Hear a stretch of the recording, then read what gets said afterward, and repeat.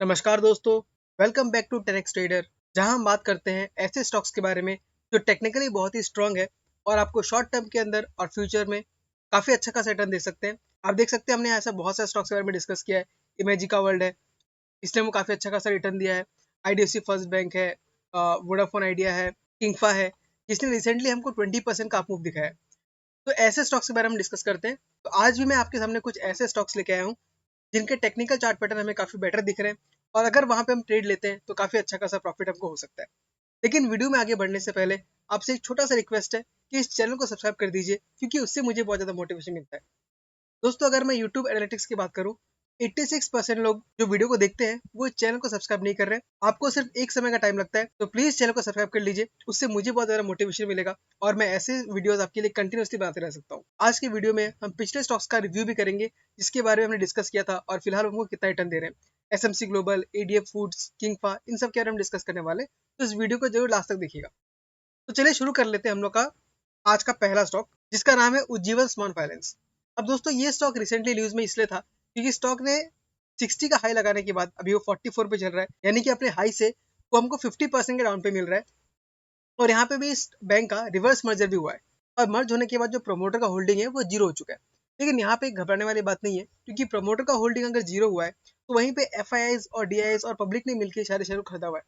तो हम यहाँ पे पहले देखते हैं कि इसका टेक्निकल चार्ट हमें क्या दिख रहा है। तो अगर आप यहाँ पे डेली चार्ट में देखेंगे तो आपको दिखाई देगा कि स्टॉक जो है वो एक स्ट्रॉन्ग डाउन ट्रेंड में है और ये 200 डेज का जो मूविंग एवरेज है उसको स्टॉक ने नीचे दिया है। लेकिन आप देख सकते हैं कि जो 44 का लेवल है ये आपका एक सपोर्ट की तरह काम कर रहा है फिलहाल। यहाँ इसने पिछली बार भी सपोर्ट लिया था और आज ही वो उसी लेवल पे घूम रहा है। लेकिन अगर मैं इसको जूम आउट करूँ, अगर मैं इसको थोड़ा लंबे टाइम फ्रेम पे देखूँ, अगर मंथली चार्ट में देखूँ, तो आपको यहाँ पे एक बहुत ही अच्छा खासा पैटर्न देखने मिलेगा, जिसको कि हम राउंडिंग बॉटम या कप पैटर्न भी बोलते हैं। आप यहाँ पे देख सकते हैं, यहाँ से हमारा एक क्लियर राउंडिंग बॉटम बन रहा है यहाँ पे। और राउंडिंग बॉटम के बाद जहां तक मुझे लगता है कि हमको यहाँ पे कप एंड हैंडल पैटर्न भी बनता हुआ नजर आएगा। लेकिन उसके लिए हमें वेट करना पड़ेगा, क्योंकि अगर हमारा हैंडल बनना है तो करीब ऐसा बनना चाहिए। तो अगर कप एंड हैंडल पैटर्न बनता है तो उसके बेसिस पर हम टारगेट निकालने का ट्राई करते हैं। टारगेट निकालना बहुत ही सिंपल होता है। आपका जो कप बना है, इस कप के डेप्थ को मेजरमेंट कीजिए और इसको लाके रख दीजिए आप इसके हैंडल के ऊपर। तो आप टारगेट देख सकते हैं आपका लगभग 103 का आ रहा है। और अगर आप मान लीजिए थोड़ा रिस्की ट्रेडर है और आप इस जगह पे बाय कर लेते हैं, 44 पे बाय कर लेते हैं, तो आपका 44 से 104 तक का जो है आपको 135% का रिटर्न देगा, जो कि बहुत ही सुपर रिटर्न हो सकता है। लेकिन लेकिन यहाँ पे थोड़ा बहुत रिस्क है कि अभी तक स्टॉक में ब्रेकआउट नहीं आया है। लेकिन इंडिविजुअली मैं अगर बात करूँ तो मैं सोच रहा हूँ इसमें करीब छोटा मोटा एक इनिशियल अमाउंट इसमें लगा दूं, क्योंकि अगर ये स्टॉक ऊपर बढ़ता है तो ब्रेकआउट के बाद में दोबारा इसमें से इन्वेस्ट करूंगा, क्योंकि इसमें काफी अच्छे खासे इन्वेस्टर्स आए हैं और कंपनी जो है अब यूनिवर्सल बैंक बन चुकी है। यानी अब ये सिर्फ स्मॉल फाइनेंस लोन नहीं देगी, ये कम रिस्क वाले अच्छे अच्छे लोन भी दे सकते हैं। और जैसा कि आप सुन रहे होंगे कि बैंकिंग सेक्टर जो है इंडिया का, वो फिलहाल थोड़ा अंडर वैल्यूड होकर रखा हुआ है, क्योंकि थोड़े बहुत प्रॉब्लम है, डिपॉजिट में दिक्कत हो रहा है। लेकिन ये बहुत समय तक नहीं चलने वाला। 6 महीना 1 साल के अंदर ये सारे के सारे प्रॉब्लम ठीक हो जाएंगे। और अगर रेट कट आ जाता है तब तो बैंकों के लिए एक वरदान साबित हो जाएगा और ऐसे सारे बैंक जो भी है वो बहुत अच्छे से ग्रोथ करने लग जाएंगे। अब यहाँ पे अगर मैं आपको टारगेट और स्टॉपर्स देना चाहूँ तो यहाँ पे देख सकते हैं कोई एकदम श्योर शॉट नहीं है, क्योंकि हम लोग का टारगेट यहाँ पे डबल होने का है, तो आपको यहाँ पे स्टॉप लॉस ज्यादा रखना पड़ेगा। लेकिन अगर आप स्ट्रिक्ट फॉलो करते हैं तो यहाँ पे आपको मैं दिखाता हूँ, और यहाँ से अगर लेते हैं तो आपका टारगेट तो हो जाएगा 102 का, और आपका जो स्टॉप लॉस होगा उस स्टॉप लॉस आपको रखना पड़ेगा 39 के आसपास का। तो 39 के नीचे का स्टॉक आता है तो आपको बेच के निकल जाना है।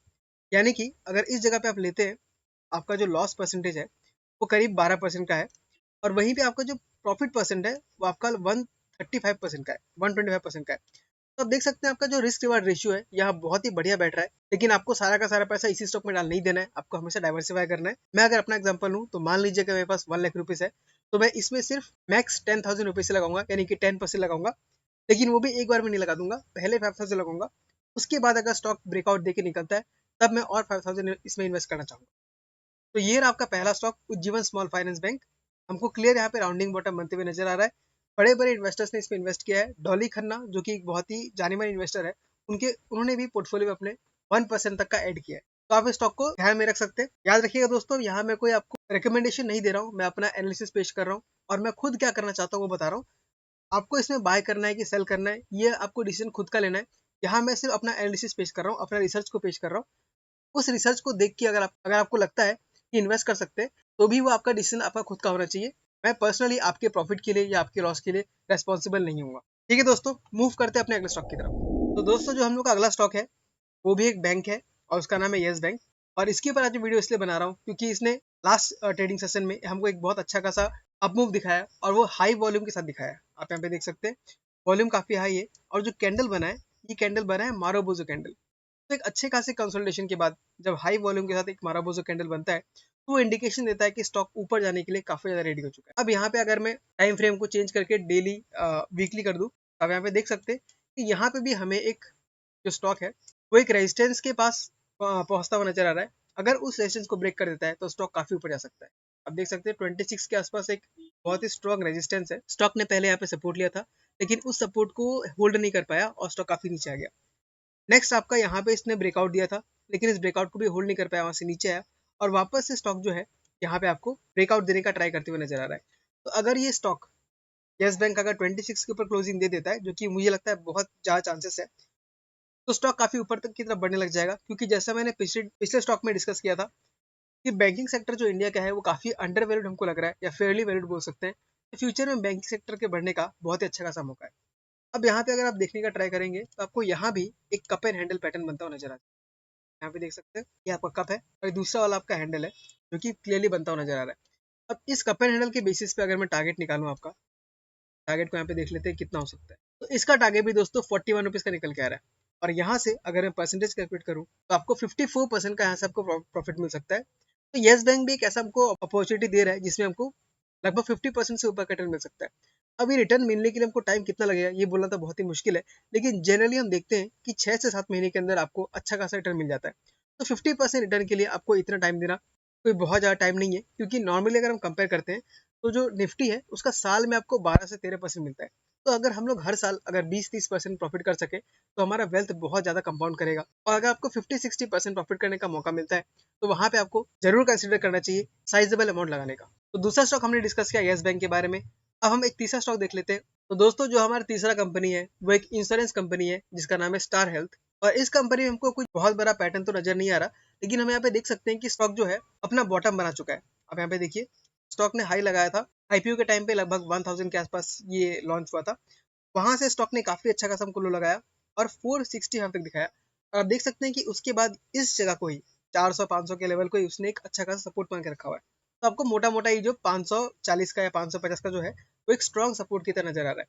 और यहाँ पे मुझको देखने में ये लग रहा है कि ये एक बॉटम बन चुका है और अगर आपको अच्छा खासा प्रॉफिट चाहिए तो इस जगह पे नीचे की तरफ में आप थोड़ा थोड़ा करके बाइंग कर सकते हैं। और देख सकते हैं कि पिछले कुछ दिनों में हमको एक अच्छा खासा वॉल्यूम के साथ जंप देखने को मिला है और स्टॉक फाइनली 200 डीएमए के ऊपर आके क्लोज हुआ है। आप यहाँ पे देख सकते हैं जो ग्रीन लाइन है ये आपका 200 डेज का मूविंग एवरेज है और इसके ऊपर कोई भी स्टॉक का प्राइस अगर क्रॉस करता है तो हम उसको ट्रेंड रिवर्सल मानते हैं अगर बहुत नीचे से क्रॉस कर रहा है तो। और इस जगह पे आप देखिए वॉल्यूम भी कितना हाई है। तो अगर यहाँ पे सस्टेन करता है तो बहुत ज्यादा चांसेस है कि स्टॉक वापस अपने पिछले हाई को टच करेगा। और पिछला हाई अगर हम देखें तो वो लगभग 1000 के आसपास का है। अगर ये 1000 को टच कर लेता है यहाँ से तो हमको अगेन 58 से 60% का रिटर्न मिल सकता है जो कि बहुत ही बड़ी रिटर्न होगा। अब स्टार हेल्थ का अगर हम फंडामेंटल्स देखें तो फंडामेंटल्स काफी अच्छे हैं, उसके स्ट्रॉन्ग है, आरओई आरओसी काफी अच्छे हैं और इस कंपनी में राकेश झुंझुनवाला जी का इन्वेस्टमेंट भी है जो पोर्टफोलियो अब उनकी वाइफ हैंडल करती है।